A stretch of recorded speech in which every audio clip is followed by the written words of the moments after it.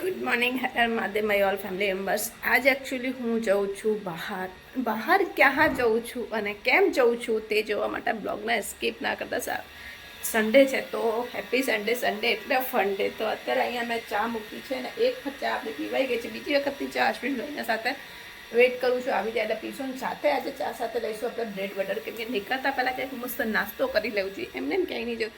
અને ખ્વાઈશ મેડમ હજુ અમારા સૂતા છે જો, કેમ કે અમારા મેડમનો સન્ડે હોય એટલે એકદમ શાંતિ રિલેક્સથી સૂઈ જવાનું. પછી આપણે થોડી વાર એને ઉઠાડી દઈશું એને. તો ફટાફટ હું મારું કામ પતાવી દઉં અને પછી રેડી થઈને મળીને સાથે સાથે આજે મંદિર પણ સાફ કરી દેવાનું છે, કેમ કે આપણા ગણપતિ બાપ્પા આવવાની તૈયારી છે. તો ગણપતિ બાપ્પા આવશે તો ઘરમાં સાફ સફાઈ તો જોઈએ. ગણપતિ બાપ્પા એટલે વિઘ્નહર્તા અને શુભ કરતા છે. તો ગણપતિ બાપ્પા મોરયા. જો અમે લોકો ગણપતિ કેવા લાવવાના છે, ડેકોરેશન કેવું છે અને કેટલા દિવસ રાખવાના છે તે જોવા માટે લાઈવને જોતા સ્કીપ ના કરતા રોજ લાઈવમાં તમને આરતીના દર્શન થશે. એક પણ મ્યુટ કર્યા વગર તમારા લોકો માટે મેં ખાસ આરતી, ગણપતિનો થાળ અને આપણે શું કે ગણપતિની આરતી, ગણપતિનો થાળ બધું જ જાતે અને સ્તુતિ એમની અલગથી બનાવડાયું છે, જેથી કોપીરાઇટ નહીં આવે. તો આ વખતે ગણપતિમાં મોજ કરીશું. જો આ લોકોની સવાર પડી ગઈ છે. આ ચશ્મીશ દાદુ મોતીઓ ઉતરાય છે બિચારાએ. હવાન કોણ છોકરી હાલશે? કોઈ છોકરી હાલશે ને?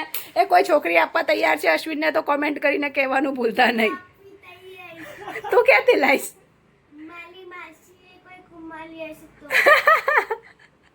જો આ કોઈ તારી બની પેલી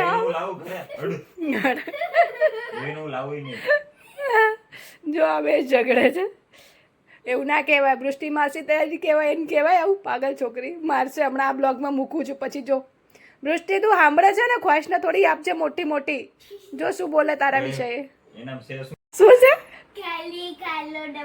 એ કેવું હોય? તમે લોકો કહો છો કે દીદી તમને રોટલો આવડે છે કે નહીં આવડે, તો જો આ મેં મસ્ત બનાવ્યું છે બાજરીનો રોટલો અને એમાં મસ્ત ઘરનું દેશી ઘી નાખ્યું. જેને ખાવું હોય તે આવી જાઓ. અને અહીંયા છે કઢી અને સાથે અમારા ખ્વાઈશ મેડમ ગોળ, ઘી, કઢી અને ભાત લઈને બેસી ગયા છે. તો હું પણ જમી લઉં. અને અત્યારે વરસાદ બહુ જ જોરદાર છે. અત્યારે ખબર નહીં કેમ વરસાદ પાછો એવો ચાલુ થયું ને કે જો એકદમ ધૂમ મચાવી દીધી છે વરસાદે. ખતરનાક વરસાદ છે. જો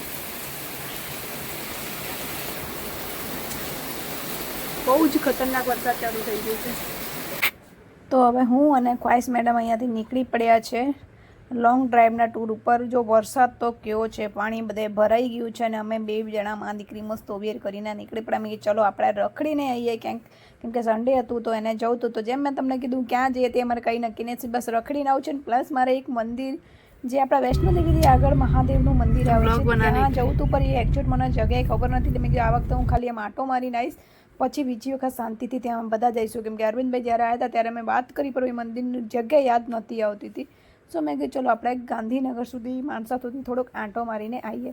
સો અહીંયા પહોંચ્યા તો પછી મને આપણે જે હનુમાનજીનું મંદિર છે, જે મેં ઓલરેડી તમને લોકોને પહેલાં બતાવ્યું છે બ્લોગમાં, અને અહીંયા આપણા મહાદેવનું મંદિર છે જ્યાં 12 જ્યોતિર્લિંગના દર્શન થાય છે.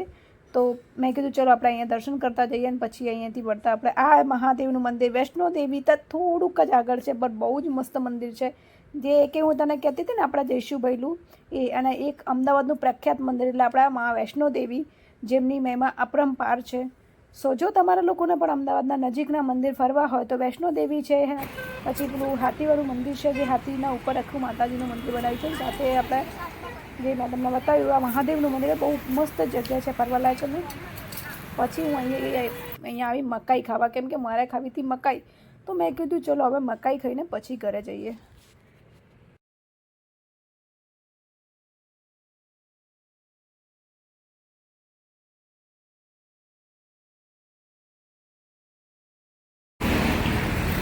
તો જો મેં મારા માટે અહીંયા શેકાયેલી મકાઈ ખાઈ. મેં કીધું જો વાફેલી મકાઈ તો આપણે ઘરે પણ ખાઈ શકીએ, પણ અહીંયા જો શેકાઈને આપણે મારા માટે મસ્ત દેશી આપણે કહીએ કે આવી રીતે ખાઈએ તો જ મજા આવે છે, તેવી રીતે આ મસ્ત બનાવી રહ્યા છે. પછી આપણે ખાઈશું. આ અમારા ખ્વાઈશ મેડમ થોડાક વિદેશી છે, વરસાદ પડતો મકાઈ અને દાળ ખાઈ રહ્યા છે આવી રીતે, કેમ કે એમને એવું કેવું છે કે દાંતમાં ફસાઈ જાય છે ને આપણે ખાઈશું આ રીતે.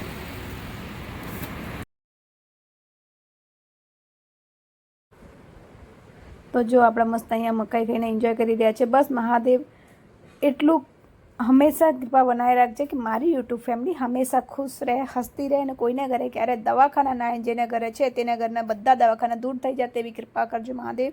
હર હર Mahadev. Thank you for watch. Like, comment.